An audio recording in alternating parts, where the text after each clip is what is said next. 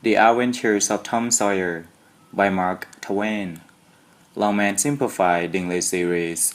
Read by Surya Thalmak. Chapter 21.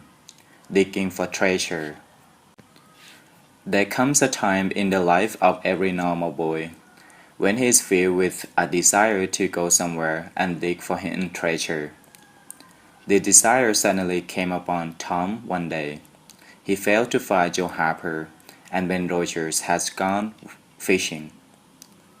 But he stumbled upon Huck Finn, the red-handed. Tom took him aside and revealed the matter to him privately. "Where shall we dig?" asked Huck. "Oh, almost anywhere." "Why is it hidden all around?" "No, of course it's not. It's hidden in every special places, Huck.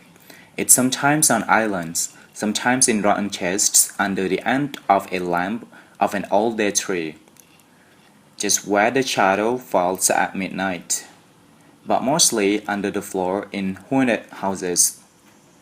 "Who has it?" "Why, Roberts, of course. Who do you think? T-shirts? Don't they come back for it?" "No, the thing that we bought. They generally forget the marks, or else they die. Anyway, it lies there a long time and gets rusty. Then somebody finds an old yellow paper that tells one how to find the marks, a paper that has to be studied for about a week because it's mostly science." "Have you got one of those papers, Tom?" "No." "Well, then how are you going to find out the marks?" "I don't want any marks. They always bury it under a haunted house, or on an island, or under a dead tree with one limb sticking out. There are lots of trees with dead limbs sticking out, hundreds of them." "Is it under all of them?" "How you talk? No." "Then how do you know which one to go for?" "Go for all of them." "Why?" "Tom, it will take all the summer." "Well, that doesn't matter. Suppose you find a pot with $100 in it, or a rotten chest full of diamonds. Would you like that?" Huck's eyes glowed. "That's fine, Tom. Fine enough for me. Just give me the $100 and I won't want any diamonds." "All right, but I won't turn my nose up at diamonds. Some of them are worth $20 each. There aren't any worth less than $1. Haven't you ever seen one, Huck?" "I don't think so." "Oh, kings have bags for them." "Well, I don't know any kings, Tom."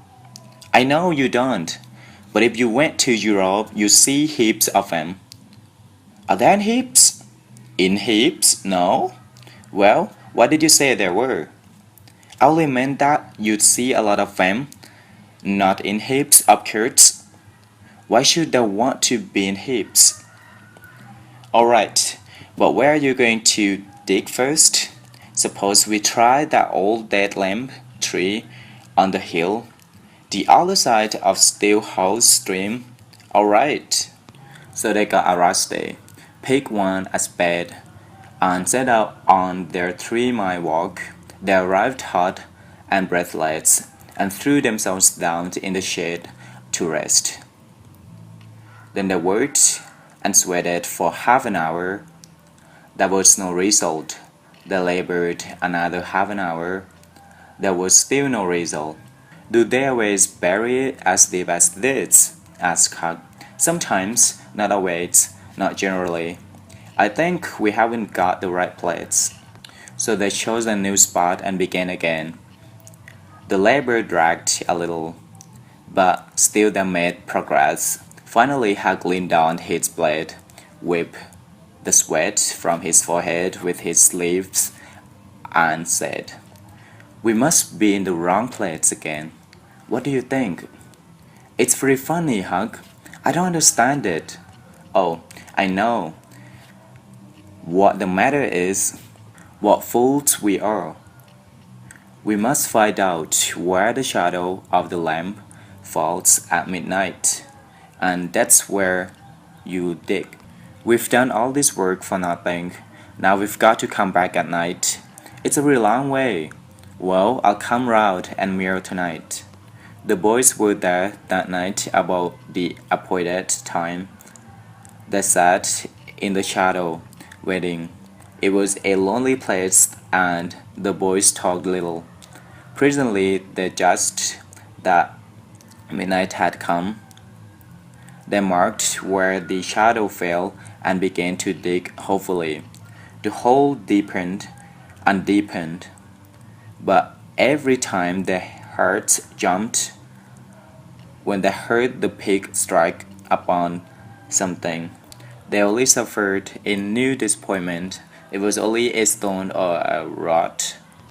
It's no use, Huck, said Tom at last. We're wrong again. But we can't be wrong. We marked the shadow exactly. I know, but there's another thing we only guessed. The time, perhaps it was too late or too early. Huck dropped his blade. That's it, he said. We can't ever tell the right time. And besides, this kind of thing is too awful. I feel as if there is something horrible behind me all the time, and I'm afraid to turn around, because perhaps there are others in front waiting for a chance to jump at me. I felt queer all over ever since I got here. Well, I felt the same, Hug.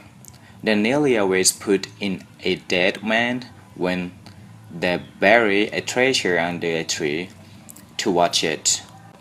Oh heavens, yes they do. I've always heard that. Tom, I don't like to interfere with places where there are dead people. One's sure to get into trouble with them. I don't like to stir them up either. Hug, suppose this one here was to stick his head out and say something. Don't, Tom, it's awful. I say let's give this place up and try somewhere else. Tom considers for a moment and then said, The haunted house, that's it. I don't like haunted houses. Tom, why? They're far worse than dead people. Dead people may talk, but they don't come sliding round in a sheet when you're not noticing, and peep over your shoulder, all of a sudden, and grind their teeth the way a ghost does. I couldn't bear such a thing as that, Tom. Nobody could. Yes, but Hug, ghosts only travel about at night. They won't hinder us from digging there in the daytime. So what's the use of being afraid? Well, alright. We'll try the haunted house if you say so, but I think it's taking a risk. They had started to go down the hill by this time. There in the middle of the moonlight valley stood the haunted house.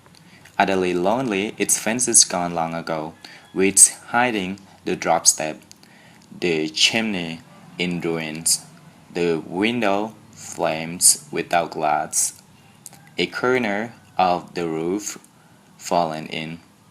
The boys went far to the right, to keep as far as possible from such an evil-looking place.